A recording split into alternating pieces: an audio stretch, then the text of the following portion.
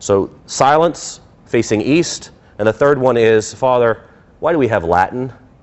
We can't understand Latin. I would submit to you that many people don't understand English.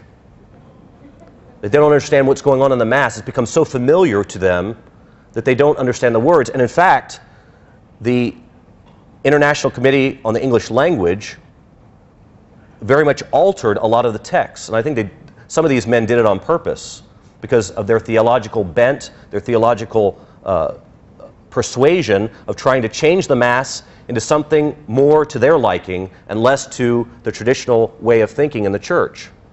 In fact, I had a good Jesuit who taught me Latin. His name was Father Brannan. He I think is now, he's still active. That was 10 years ago now.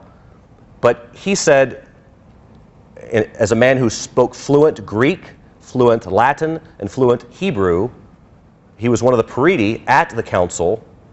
He said that many of the people on that council, the ISIL board, did not know Latin, and they sure as heck didn't know English very well, because there are many phrases within the English Mass that don't make much sense grammatically.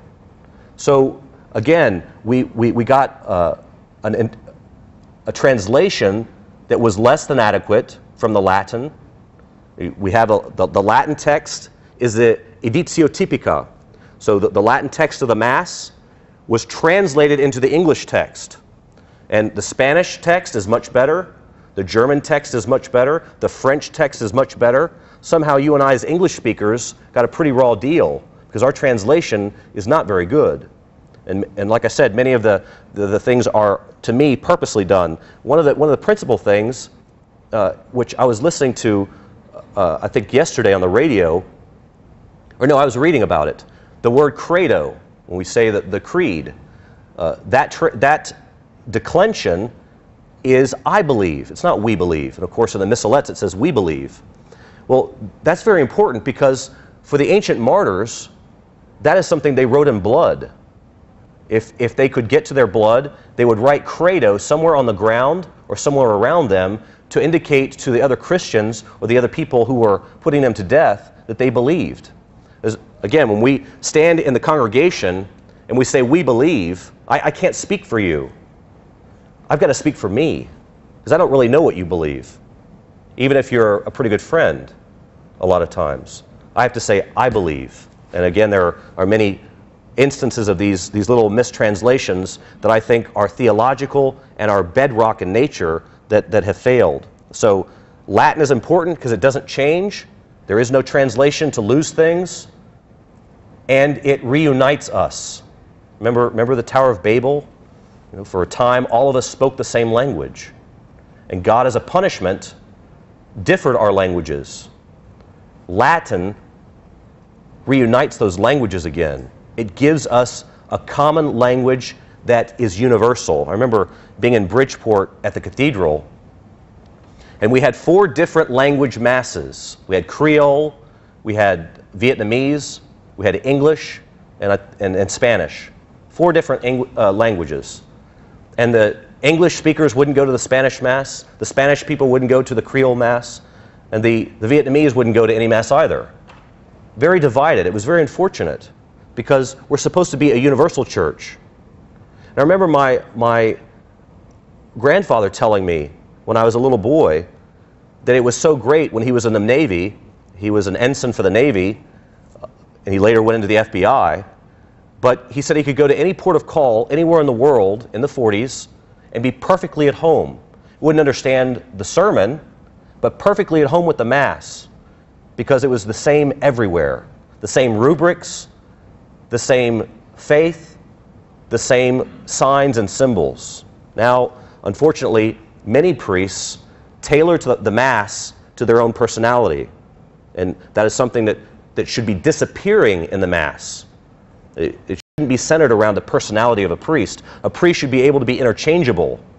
Any priest should be able to come in and say the Mass and do a good job and have the people go away feeling as though Christ has visited them, regardless of the quirks and the personality flaws of the priest.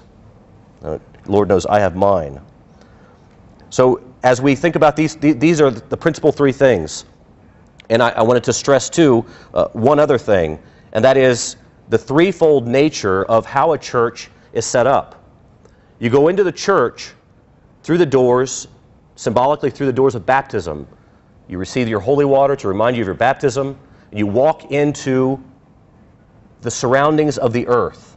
So the nave represents the earth. The sanctuary, again, represents heaven. And the steps to the sanctuary represent Golgotha, the priest going to the altar of sacrifice. So Golgotha is there eternally represented. That's why we have to do the Mass every day as priests. And you as people come every Sunday.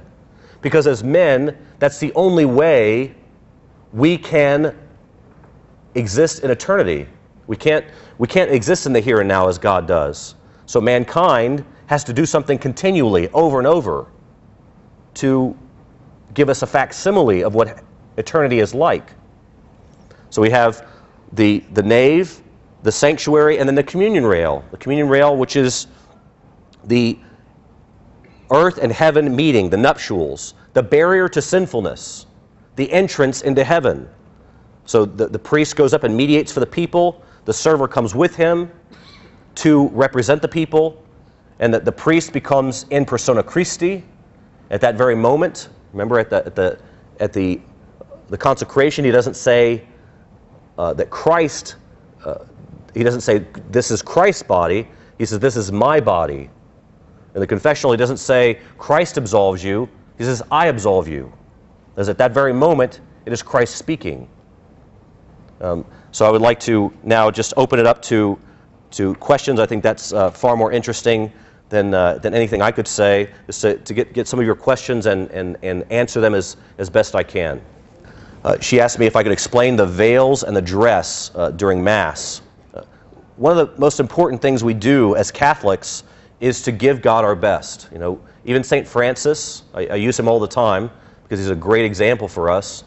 St. Francis said poverty in all things except those that pertain to the adornment of the church. And believe me, when you go into a church, you are participating in the adornment of the church. You have to give your best. You shouldn't be wearing what you normally wear every day on the street. You should have something for God. The scriptures are very clear about wearing a wedding garment to the nuptials. A wedding garment. And the wedding garment is a symbol of the fact that we are putting on our best to be in God's presence. You wouldn't dream of going in the presence of the most exalted king acting as if it were an everyday occurrence. And so that is the reasoning behind it. It's not a dressing contest. It's not to see how much better we can dress than our neighbor. It's dressing for God. And my mom was very strict about that when we were little, and almost everybody I knew. You had Sunday clothes, and you had everyday clothes. And that's the idea, that we don't just go dressed like we would to a ball game or to a picnic. It is the best and greatest thing we do every week. And the veil for women is, as the scriptures tell us, it is a sign of submission to authority. Men have a hard time loving their wives, and their love often strays. They often focus their love on other women, on possessions, on power. They have a problem with love. Women have a problem with authority. They don't like submitting to authority. They like to be in charge of the marriage. And so this is a symbol that they are submitting themselves to Christ. They're submitting themselves to the authority of Christ, who is their husband.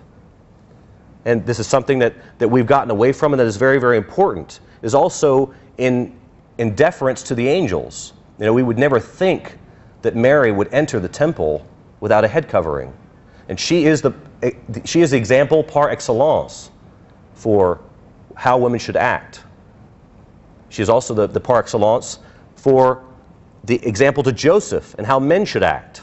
So, as I often jokingly and half seriously tell the Latin congregants, women often have a problem wearing the veil, and men often have a problem just dressing up and looking nice. So we both have to work on those things.